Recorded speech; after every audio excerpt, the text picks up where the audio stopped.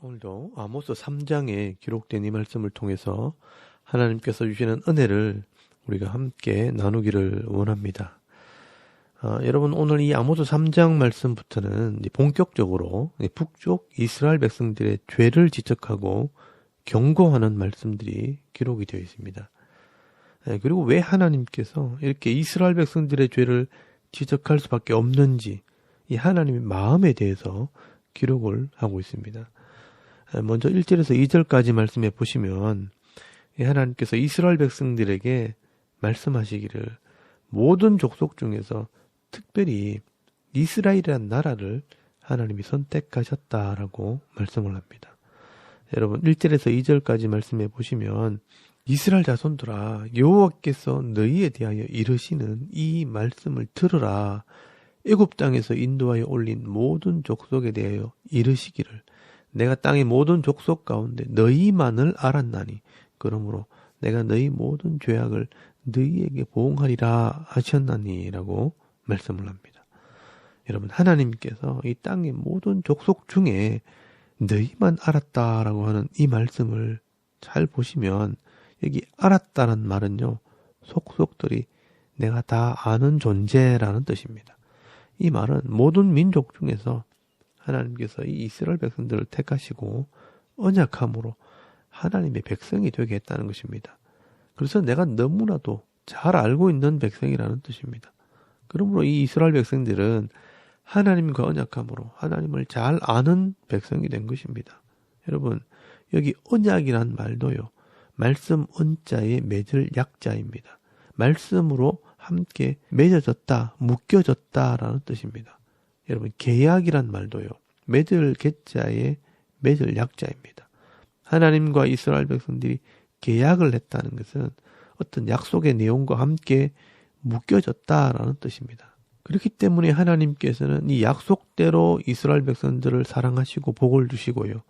그렇다면 이스라엘 백성들은 하나님을 경외하고 하나님 말씀대로 순종해야 하는 것입니다. 그러니까 하나님께서는 이 약속대로 이스라엘 백성들을 죄에서 구원하기 위해 애굽에서 건져내셨고 또 이 가나안 땅을 주시고 그 약속대로 복을 주시는 것입니다. 그런데 이 이스라엘 백성들은 이 하나님의 약속을 자꾸 잊어버리고 하나님을 무시하고 하나님을 하나님으로 대접하지 않는 것입니다. 그러니까 하나님께서는 화가 나서 섭섭해서가 아니라 물론 그런 점도 있지만 더 중요한 것은 이 약속에 있는 대로 안 하니까 약속에 있는 대로 처벌을 내리셔야 하는 것입니다. 그래서 내가 너희 모든 죄악을 너희에게 보응하리라 라고 말씀을 하고 있는 것입니다. 그리고 내가 이렇게 유별나게 대하는 것을 이상하게 여기지 말라고 말씀을 합니다. 너희가 죄를 지었기 때문에 내가 이렇게 너희에게 화를 내고 큰 소리를 칠 수밖에 없다는 것을 여러 가지 비유를 가지고 설명을 하게 됩니다. 여러분 이 아모스는요 드고아에서 뽕나무를 재배하는 목자였기 때문에 이 광야에서 양을 치면서 경험했던 것을 가지고 설명을 하게 됩니다. 여러분 3절 말씀에 보시면 두 사람이 뜻이 같지 않는데 어찌 동행하겠으며 라고 말씀을 합니다. 이스라엘 백성들이 죄의 마음이 있으니까 이 죄와 함께 살아간다는 것입니다. 그리고 4절 말씀에는요 사자가 움킨 것이 없는데 어찌 숯불에서 불어주시며 젊은 사자가 잡은 것이 없는데 어찌 굴에서 소리를 내겠느냐라고 말씀을 합니다. 원인이 없는데 어찌 결과가 있느냐라는 말입니다. 여러분 5절 말씀에도요. 덫을 땅에 놓지 않았는데 새가 어찌 거기서 치이겠으며 잡힌 것이 없는데 덫이 어찌 땅에서 튀겠느냐라고 말씀을 합니다. 여러분 이것을 우리 속담으로 비유하자면 아니 뗀 굴뚝에 어찌 연기가 나겠느냐라는 말과 같은 것입니다. 너희가 죄를 짓고 내 마음을 아프게 하니까 내가 화를 내고 소리를 지는 것이 아니냐. 내가 왜 이렇게 호들갑을 떨겠느냐. 네가 잘해봐라. 내가 일어나. 이런 말입니다. 그래서 하나님께서 이 선지자를 보냅니다. 그리고 이 선지자에게 이 하나님의 뜻을 전하게 하시는 것입니다. 그러므로 어떤 시대든지 이 선지자가 나타났다면 그 선지자는요. 그냥 나타나는 것이 아니라 다 이유가 있다는 것입니다. 이 선지자들은 하나님께서 보내신 종이기 때문에 하나님의 뜻을 전하는 것입니다. 그렇다면 이 사람들이 이 선지자의 말에 귀를 기울여야 하는 것입니다.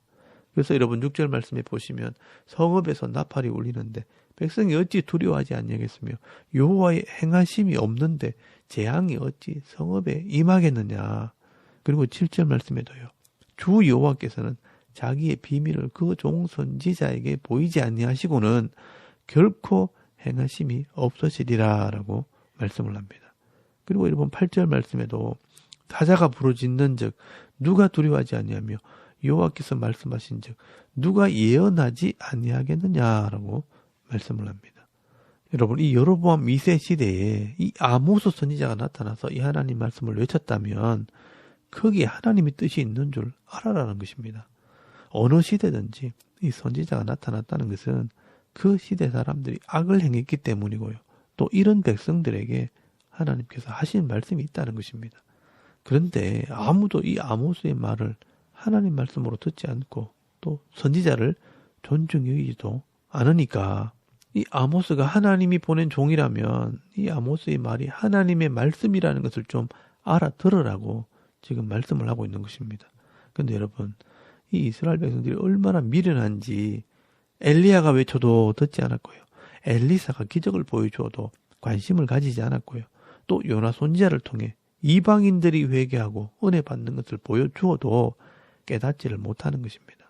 그래서 이 아모스 선지자를 보내서 왕이 있는 왕궁 앞에서 외치는데도 아무도 이 선지자의 말에 관심이 없다는 것입니다. 그만큼 이 여로보암 2세 시대는요. 선지자들이 대우를 받지 못하는 그런 시대라는 것을 말씀을 하고 있는 것입니다. 그리고 하나님께서 그 시대에 어떤 사람들에게 이 하나님 말씀을 외치는가, 이 당시에 나라를 책임지고 있는 왕들과 이 권력자들에게 이 말씀을 외치게 됩니다. 여러분 9절에서 15절까지 말씀해 보시면 당시 권력을 가진 자들의 이 죄를 책망을 합니다. 여러분 9절 말씀해 보시면 아스돗의 궁궐들과 애굽 땅의 궁궐들에 선포하여 이르기를 너희는 사마리아 산들에 모여 그 성 중에서 얼마나 큰 요란함과 학대함이 있나 보라 하라 라고 말씀을 합니다. 여러분 이방의 블레셋이나 애굽의 왕들에게 여기 사마리아에 와서 한번 보라는 것입니다. 여러분 이 아스돗의 궁궐은 블레셋의 왕을 말하는 것이고 또 애굽의 궁궐은 애굽의 왕들, 이방 나라의 왕들에게 이 이스라엘 왕들, 이 하나님을 믿는다고 하는 이 사마리아 사람들의 왕궁을 한번 와서 보라는 것입니다. 하나님께서 은혜를 베풀어서 왕이 되었고 하나님께서 나라를 지켜주고 부와 능력을 주어서 잘 살게 되었는데 그 힘과 능력으로 백성들을 돌보는 것이 아니라 도리어 백성들의 것을 빼앗아 가지고 자기 배만 불리고 있다는 것입니다. 그래서 여러분 10절 말씀에 보시면 자기 궁궐에서 포악과 급탈을 쌓는 자들이 바른 일을 행할 줄을 모르느니라 여호와의 말씀이니라 라고 말씀을 합니다. 여러분 궁궐에서 이 포악과 급탈이 자행되고요.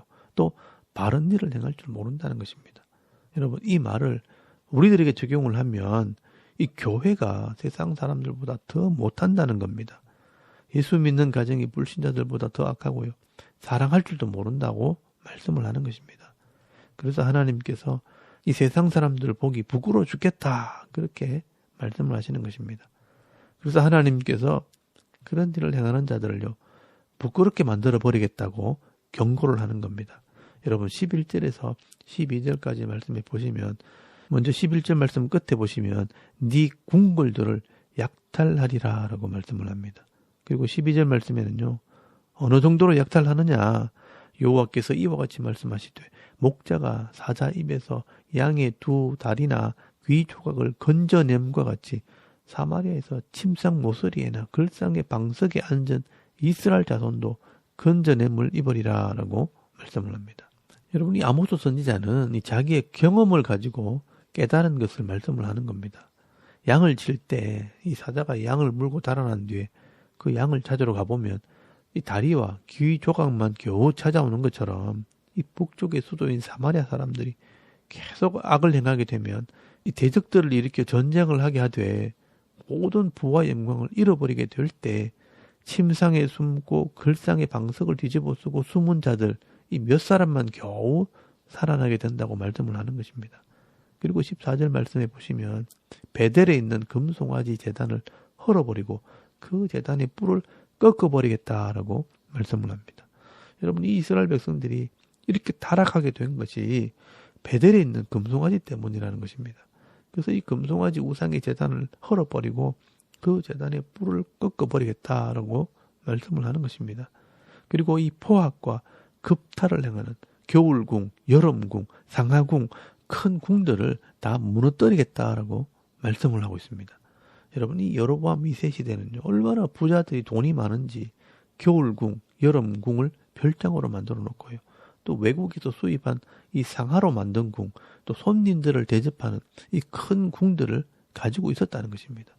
여러분, 이것이 다 백성들의 피를 빨아서 혈세를 거둬서 만든 것들입니다.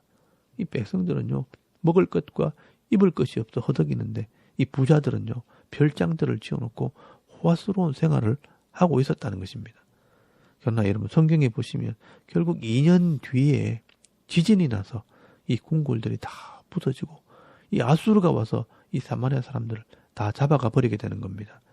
여러분, 하나님께서 이 부와 영광을 주시지만 그 주신 목적을 잃어버리고 사명을 제대로 감당하지 못하게 될 때 결국 하나님께서는요, 그 뿔들을 다 꺾어버리시고 또 그 가진 것을 다 빼앗아 필요한 자들에게 줘버리는 것입니다. 여러분, 역사 속에 이런 심판을 볼 때 하나님께서 이런 자들을 기뻐하지 않는다는 것을 우리가 알아야 합니다. 여러분, 오늘 이 시대의 이 부한 자들이요, 그 부를 자기 것으로 생각하고 흥청망청 살게 되면 하나님께서 그들을 반드시 심판하십니다. 여러분, 욥이 고백했듯이 주시는 분도 여호와시고요, 취하시는 분도 여호와십니다. 이 한나의 고백처럼 높이시는 분도 여호와시고요, 낮추시는 분도 여호와십니다. 그런데 이 땅에 있는 동안 많이 맡겨주시고 사람들 앞에서 높여주시는 이유는 많은 것을 가지고 더 많은 사람을 도와주고 힘을 가지고 이 잘못된 것을 바로잡아서 하나님께서 주신 이 사명을 감당하라고 주시는 것입니다. 그런데 이 부와 권력을 가진 자들이 이 사명을 잃어버리고 악을 행하기 시작하면 하나님께서 그 책임을 물으시는 것입니다. 그래서 여러분, 신약성경에 보시면 이 마지막 때에 하나님께서 많은 것을 맡긴 자들에게는 반드시 책임을 묻겠다라고 말씀을 합니다. 여러분, 누가복음 12장 42절 말씀 이하에 보시면요, 하나님께서 마지막 시대 그 종들을 불러서 심판하러 오실 때 맡긴 자들에게 책임을 묻습니다. 여러분, 누가복음 12장 42절 말씀을 한번 찾아보시기 바랍니다. 거기 보시면요, 주께서 이르시되 지혜 있고 진실한 청지기가 되어 주인에게 그 집 종들을 맡아 때를 따라 양식을 나눠줄 자가 누구냐. 주인이 이럴 때 그 종이 그렇게 하는 것을 보면 그 종은 복이 있으리로다 라고 말씀을 합니다. 여러분, 하나님께서는요, 하나님께서 맡기신 종들에게 양식을 나눠주고 잘 섬기는 자들에게는요, 지혜롭고 진실한 청지기라고 칭찬을 하시면서 그 종들에게 내가 복을 주겠다라고 말씀을 합니다. 그런데 저희가 맡긴 종들을 때리고 혼자 먹고 마시고 취하게 되면요, 하나님께서 그들을 엄히 때리시고요, 신실하지 아니한 자에 받는 벌에 처하신다라고 말씀을 합니다. 여러분, 누가복음 12장 47절에서 48절까지 말씀해 보시면 주인의 뜻을 알고도 준비하지 아니하고 그 뜻대로 행하지 아니한 종은 많이 맞을 것이요, 알지 못하고 맞을 일을 행한 종은 적게 맞으리라.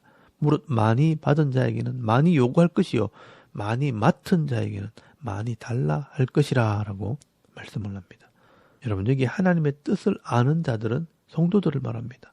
알고도 이 사명 감당하지 않고 또 이 하나님 말씀을 무시하고 불순종할 때 많이 맞게 되고요, 또 알지 못하는 자들은 불신자들을 말합니다. 이 불신자들은 어차피 악을 행하게 되니까 작게 맞기는 하지만 심판을 받게 된다는 것입니다.